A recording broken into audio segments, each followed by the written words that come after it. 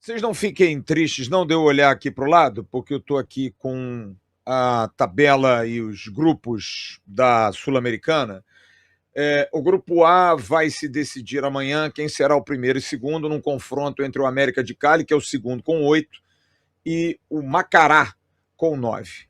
Então, o segundo colocado vai ter ou 8 ou 9 pontos, porque se o América ganhar, vai a 11. O jogo é em Cali. O Macará fica com 9, é o segundo.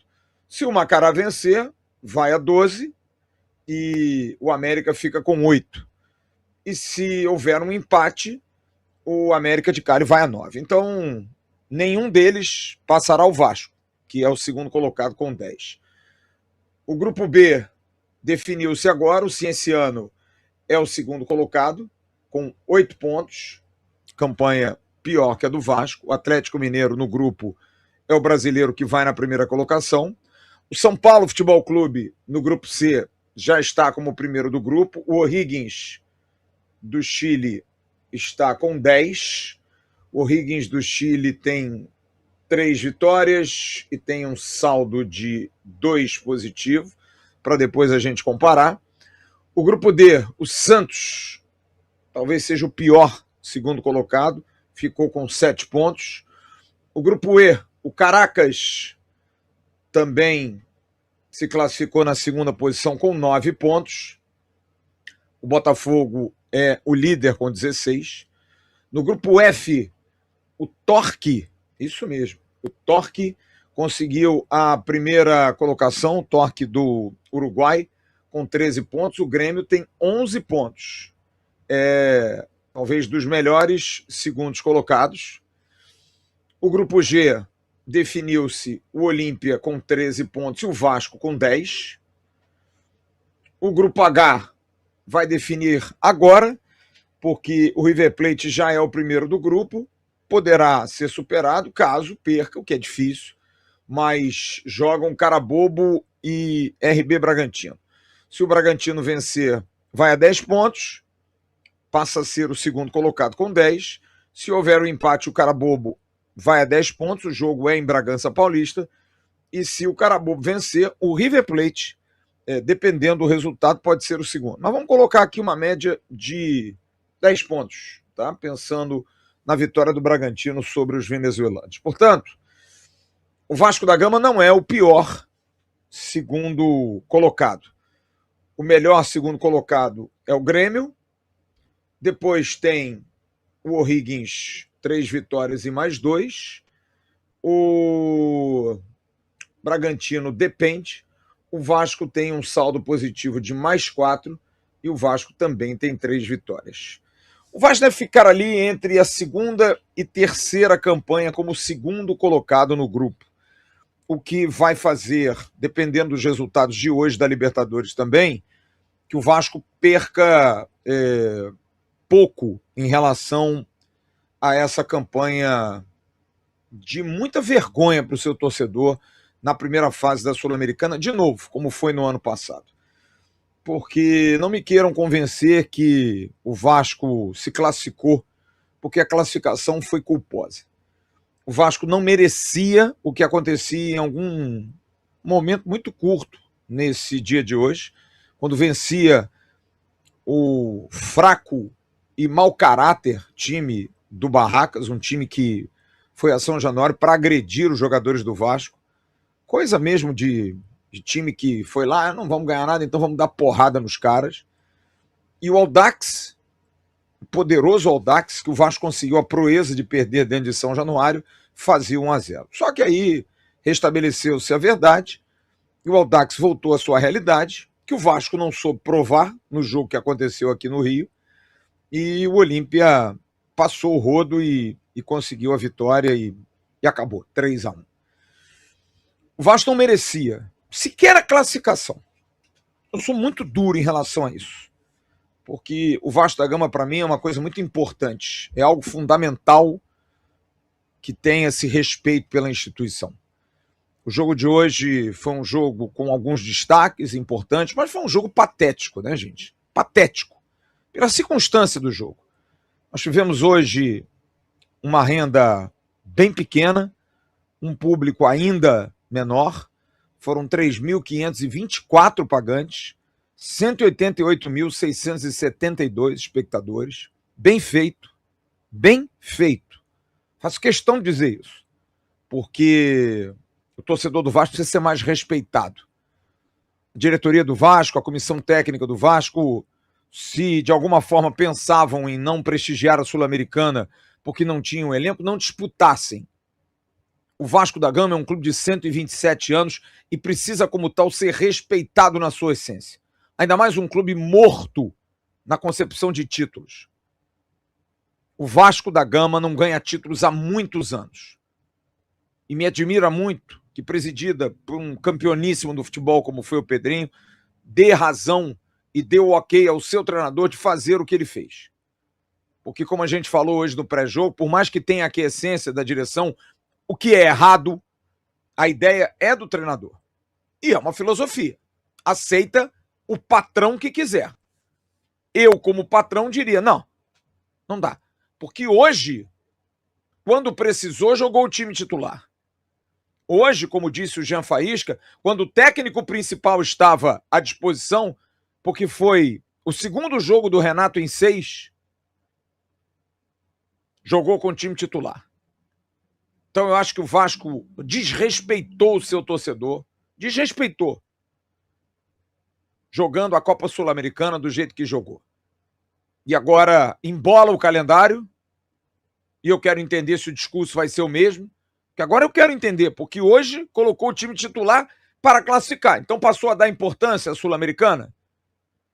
E aí, vamos lá, oitavas de final, repescagem. A gente vai jogar, vamos dar um chute aqui, contra o Peñarol, no Uruguai. Jogo molinho, tranquilo. O Peñarol é ruim, e o Vasco é uma beleza, né? Vai jogar como? Vai jogar com time misto de novo? Vai largar? Tudo bem que isso só vai acontecer depois do dia 20 de julho. Mas a gente vai ficar com esse carimbão na testa. Esse carimbo na testa. De um time que foi medíocre para poder se classificar em primeiro. Como, por exemplo, fizeram o Atlético Mineiro, tudo bem que definiu hoje, mas ok, tá no jogo. O São Paulo, que definiu. O Botafogo, que já tinha definido. De vergonha, o Vasco e o Grêmio. 2 times vergonhosos. E o Santos. 3 times brasileiros que fizeram vergonha na Copa Sul-Americana, na minha opinião. Mas como eu quero que Grêmio e Santos se danem, o meu clube falo eu. E eu acho que é vergonhoso. Um jogo completamente sem ambiente, um jogo de pressão, que obviamente o time que jogou hoje em campo foi muito mais pela pressão do torcedor, pela vergonha das últimas partidas. Claro que é importante vencer. Era legal hoje vencer exatamente para tirar um pouco dessa zica. Mas eu não sei se tirou completamente.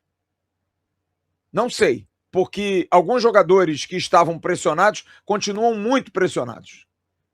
O atacante Brenner é um deles. O Brenner hoje eu não sei se foi sarcasmo ou não do torcedor, mas se não foi, parabéns de ter dado apoio ao rapaz. Mas um cara que não consegue fazer um gol de pênalti contra o Barracas Central ganhando de 3-0 sem pressão, esse jogador não tem a mínima condição psicológica de jogar no Vasco. Ele pegou a bola, olhou para o céu para rezar. Está absolutamente destemperado. E é isso, Brenner. Jogar no Vasco é muito difícil. Eu sei como é que é. No Vasco precisa ter, quilo roxo para jogar. E acho que você precisa ser emprestado, precisa ser negociado. Acho que você precisa estar na barca. A sua ambição por gol é muito pouca, Brenner. Vários lances do Vasco puxando contra-ataque. Você está atrás dos volantes. Você vem atrás. E aí eu ficava percebendo. Ele tocava na bola, ele passava os volantes, passava uns meias e ele ficava quietinho. Aí daqui a pouco ele pensava assim, eu sou o centroavante, vai para a área. Olha a atitude do menino Bruno Lopes. Bruno Lopes jogou 10, 15 minutos. Primeira bola dele, ele já meteu um gol. Para mim foi tungado. Porque para mim o menino tinha condição de jogo. Tava na mesma linha, pelo menos. Para mim foi claro na televisão que ele tinha a mesma linha. E, para variar um pouquinho, 4 minutos de VAR. Para mim, mais uma vez, a arbitragem hoje só não teve como mexer porque o time do Barracas é horroroso. Mas a arbitragem hoje do seu Ostelite, sei lá, esse negócio aí, nome desse uruguaio maluco, foi horrorosa. É por isso que o Hulk gosta muito do senhor, porque esse Foi aquele Babaquara que saiu dando resenha pro Hulk, depois chamou o Hulk e deu um cartão amarelo, virou meme. Ele deve ter uma vontade enorme, uma alegria enorme de apitar jogo brasileiro. Foi esse bobalhão aí que fez isso. E que hoje, mais uma vez, fez uma atuação ruim. Mas olha a postura do Bruno Lopes. O Bruno Lopes vai na área, ele briga, ele dá opção, ele quase ia fazendo um gol, a bola passando por ele, conseguiu dar um tapa. Ambição de gol. Atacante tem que ter ambição. O Spinelli pode ter todos os defeitos dele, mas o Spinelli se joga na área, tenta, luta. O Brenner teve um lance que o Andrés meteu pra ele. Pô, pra fazer o gol, cara. Ele demorou 2 horas pra chegar na bola. Já era pra estar chegando nela, é a questão da ambição. Então o Brenner, pra mim, é um que o jogo não serviu pra ele. Não serviu. Um outro que não teve trabalho nenhum hoje no jogo. Mas na única vez que ele teve trabalho, ele errou. O zagueiro Carlos Cuesta. Essa bola final do Barracas, que o cara mata a bola, o zagueiro meigo, volto a dizer, entra rachando o zagueirão. Zagueira, meu filho, entra com um pezinho de moça, quase que o cara fez o gol. Quase que o cara fez o gol. Então, um zagueiro que não dá confiança nenhuma. Ah, mas então bota o reserva. O reserva consegue ser pior. Ainda bem que tá acabando domingo. Ainda bem que tá acabando domingo. E a direção do Vasco que, né, se coce muito para contratar 2 zagueiros. Não dá para ser só um, não. Precisa ser 2, tá? Porque uma hora o titular que vem se machuca, a gente volta a ter que usar essas barangas aí para jogar. Então, para alguns, o jogo não foi muito legal. O Cuiabano fez um jogo correto.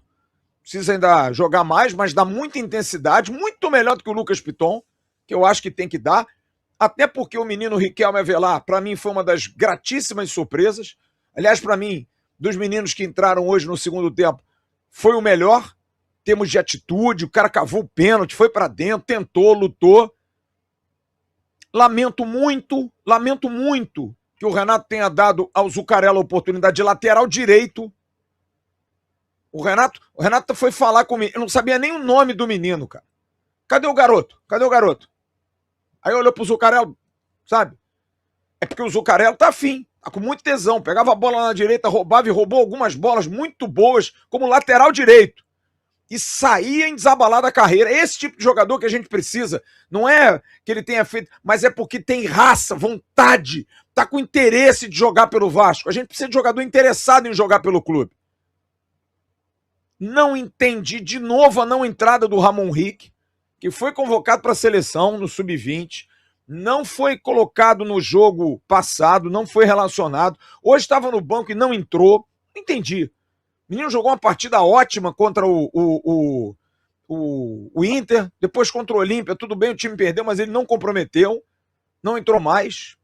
Mas enfim, Rojas fez um bom jogo do Rojas, eu sou crítico ao Rojas.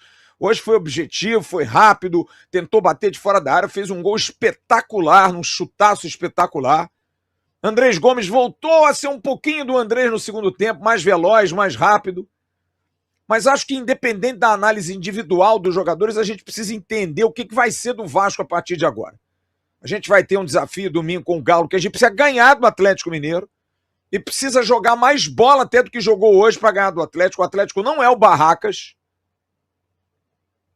E aí parar tudo e repensar um pouquinho a vida. O Vasco precisa repensar os seus conceitos, o Vasco precisa repensar a sua gestão no futebol, o Vasco precisa respeitar mais o seu torcedor, precisa ter a ambição que o torcedor do Vasco tem, porque esse clube só sobrevive porque o torcedor do Vasco vai, porque o torcedor do Vasco acredita, porque muita gente que ficou em casa hoje viu o jogo, claro que viu. E aí, meu parceiro? Gostou desse corte? Então se liga nesses aqui que eu tenho certeza que você também vai se amarrar. O like eu sei que você já deixou. Então agora se inscreve aqui no canal AV+, que é o canal oficial de cortes da plataforma Atenção Vascaínos.